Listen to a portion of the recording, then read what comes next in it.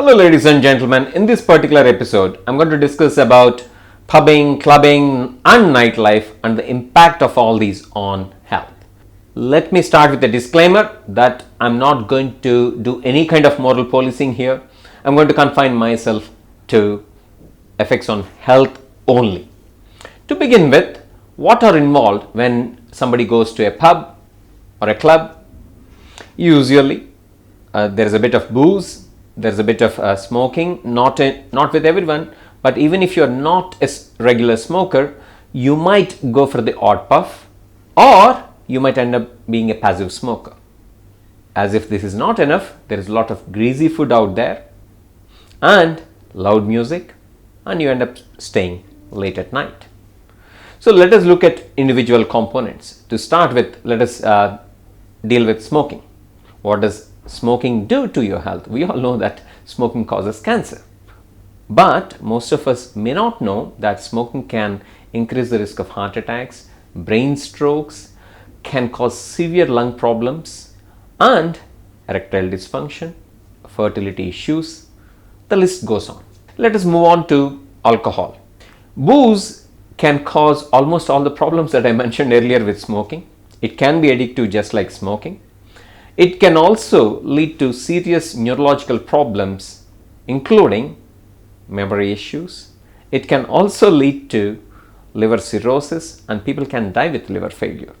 Other problems associated with alcohol are pancreatitis, severe gastritis, again the same infertility issues, and also issues related to erectile dysfunction as well.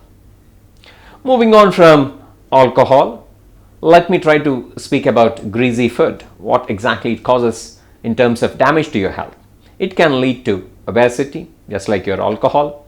It can lead to increased risk of type 2 diabetes, high cholesterol levels, heart disease. List is again pretty big. Loud music. Well, it is really loudening indeed. It can lead to loss of your hearing sense and also tinnitus, ringing sound in your ears. Speak to your ENT doctor if you don't believe me.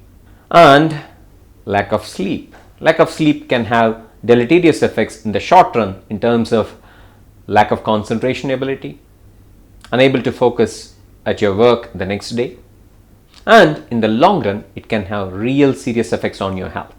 To begin with, it can cause obesity, can lead to increased risk of heart problems. It can also lead to increased risk of fertility issues, miscarriages as well. So these are some of the ill effects that I try to portray, which are the effects of nightlife in the form of pubbing and clubbing. So I leave it to you and your good sense to decide whether you want to be a regular pub goer or you want to cut down on your pubbing.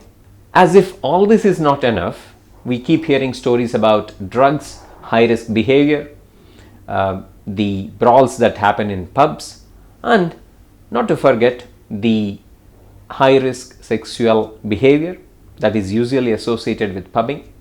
And last but not the least is drunken driving that we all keep hearing about pub culture.